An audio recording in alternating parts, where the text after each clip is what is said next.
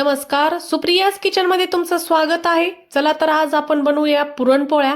तर कोणत्याही शुभ कामासाठी आणि कोणत्याही सणाला आपण पुरणपोळी बनवत असतो. तर सर्वांना पुरणपोळी खूप आवडते. ती कशी बनवायची ती पाहूया. तर इथे मी 2 वाटे हरभऱ्याची डाळ घेतलेली आहे.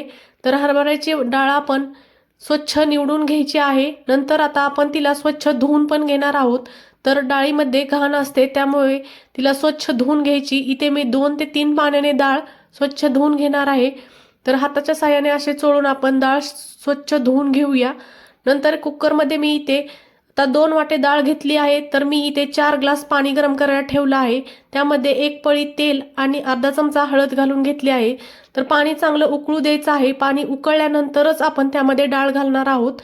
तर ही धुतलेली डाळ आता मी त्यामध्ये घालून घेत आहे आणि इथे आपण पाणी चांगलं उकळू द्यायचं आहे. नंतरच डाळ कुकरमध्ये घालून घ्यायची आहे. तर तुम्ही ही प्रोसेस पातेल्यातही करू शकता. फक्त पातेल्यावर एक ताटात पाणी ठेवून द्यायचं आहे आणि तेच पाणी आपण डाळीत घालून घ्यायचं आणि तशी डाळ शिजवून घ्यायची. तर आता इथे कुकरच्या मी फुल गॅसवर 1 शिट्टी आणि कमी गॅसवर 2 शिट्ट्या करून घेतल्या आहेत. तर बघा आपली डाळ एकदम मस्त अशी शिजलेली आहे. आपण जास्त डाळ शिजवायची नाही, एकदम ओव्हर कुक डाळ होऊ द्यायची नाही. तर बघा हाताने दाबल्यानंतर डाळ चांगली दाबली जाते. तर पळीमध्ये अशी थोडीशी डाळ घेऊया आणि तिला थोडीशी मॅश करून पाण्यामध्ये घालून घेऊया. तर असं केल्यामुळे आपली येळवणीची आमटी खूप छान होते आणि येळवणी एकदम घट्ट अशी निघते. म्हणून आपण अशा प्रकारे डाळ थोडीशी मॅश करून घ्यायची आहे. तर आता एका चाळणीमध्ये आपण ही डाळ ओतून घेणार आहोत आणि त्यामधील सर्व पाणी काढून घ्यायचं आहे. इथे डाळीमधील सर्व पाणी काढून घ्यायचं आहे. डाळीमध्ये अजिबात पाणी राहिलं नाही पाहिजे. नंतर आता याची आपण येळवणीची आमटी बनवणार आहोत. याचा व्हिडिओ आपल्या चॅनलवर पहिलाच उपलब्ध आहे, तुम्ही बघू शकता. तर इथे 4 वाटी गव्हाचं पीठ घेतलं आहे. त्यामध्ये अर्धा चमचा मीठ घालून घेतला आहे आणि अर्धा चमचा हळद घालून घेतली आहे.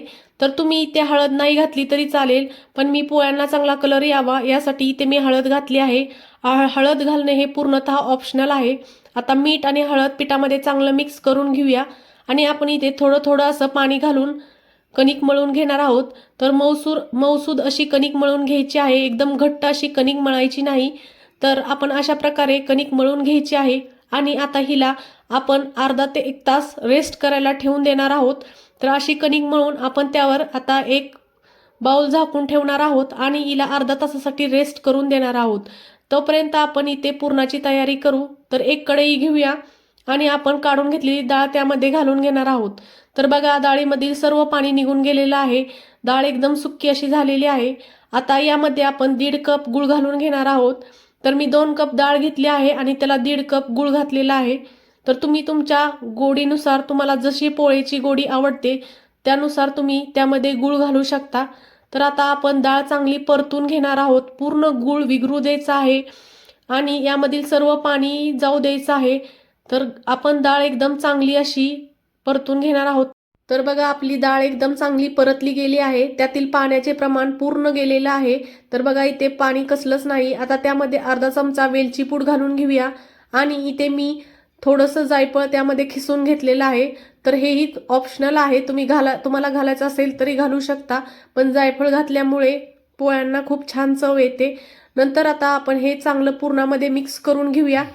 तर आता आपण पुरण वाटण्याची चाळणी घेऊया आणि त्याच्या खाली एक पातेले किंवा कोणत्याही प्रकारचं भांडं ठेवून घ्यायचं आहे.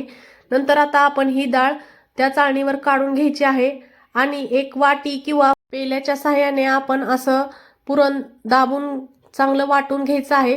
तर आता असं पुरण आपण बघा किती मस्त पुरण तयार झालेलं आहे. अशा प्रकारे सर्व पुरण आपण वाटून घेणार आहोत. तर काही लोक पारंपरिक पद्धतीने पाटावर वट्यावर पुरण वाटतात. आता आपली अशी जाळी निघालेली आहे, त्यामुळे अशा प्रकारच्या चाळणीनेच आपण पुरण वाटून घ्यायचं आहे. तर नंतर इथे आपली कणिक अर्धा तासाने चांगली भिजलेली आहे.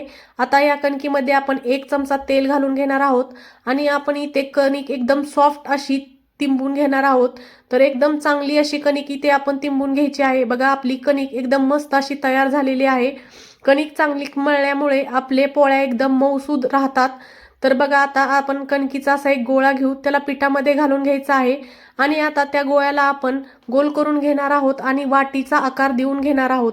तर अशा प्रकारे वाटीचा आकार देऊन घ्यायचा आहे आणि नंतर आता आपण पुरणाचा एक गोळा घेऊया आणि त्या वाटीमध्ये तो घालून घेणार आहोत. तर तुम्हाला पाहिजे तेवढं पुरण तुम्ही त्यामध्ये घालू शकता। बघा इथे मी किती भरपूर पुरण वापरलेलं आहे आणि अशा सहाय्याने सर्व कडा जोडून घ्यायच्या आहेत आणि त्यावर थोडंसं पीठ घालून घेऊया आणि आपण राहिलेलं पीठ तोडून घ्यायचं आहे। तर यातून आपण राहिलेली कणिक तोडून घेतलेली आहे आणि हा आपला एक पोळ्याचा गोळा चांगला तयार झालेला आहे। तर सर्व बाजूने पुरण जावं म्हणून आपण अशा प्रकारे हा गोळा फिरवून घेणार आहोत आणि आता आपण आपली पोळी लाटून घेऊया। तर एक पोळपाट घेऊन त्यावर आपण हलक्या हाताने पोळी एकदम गोल गोल फिरवत अशी मस्त चारी बाजूने सर्व बाजूने पुरण गेलं पाहिजे अशी पोळी लाटून घ्यायची आहे। तर बघा इथे मी सर्व बाजूने थोडं थोडं पीठ टाकत अशी पोळी लाटून घेतलेली आहे। आपली पोळी बघा सर्व बाजूने इथे पुरण गेलेलं आहे आणि एकदम मस्त अशी पोळी लाटून झालेली आहे। तर एक तवा गरम करून घेऊया, त्यामध्ये 1 चमचा तूप घालून घेऊ। तर तुम्हाला इथे तेलाचा वापर करायचा असला तरी तुम्ही करू शकता आणि त्यामध्ये आता आपण अशा प्रकारे पोळी घालून घेणार आहोत। तर बघा आता 2 मिनिटांनी पोळीला बाजूने सर्व बबल्स यायला सुरुवात झाली आहे। यावेळेस पोळी आपण हाताच्या सहाय्याने अशी पलटून घेणार आहोत। तर आपण हाताच्या सहाय्यानेच पोळी पलटून घेऊया, उलटाने पोळी पलटायला गेली तर ती फुटू शकते। तर आता याला वरून थोडंसं तूप लावून घेऊ।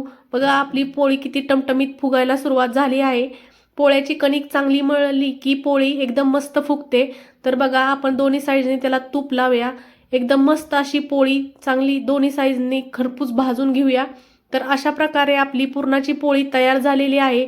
तर अशा प्रकारेच आपण सर्व पुरणाच्या पोळ्या लाटून घेणार आहोत आणि अशाच भाजून घ्यायच्या आहेत। तर दोन्ही बाजूने बघा पोळी एकदम मस्त अशी भाजली आहे, एकदम मऊ लुसलुशीत अशी पुरणाची पोळी तयार झालेली आहे। ही रेसिपी तुम्हाला कशी वाटली ही मला कमेंटमध्ये नक्की कळवा आणि सुप्रियाज किचनला सबस्क्राईब करायला विसरू नका।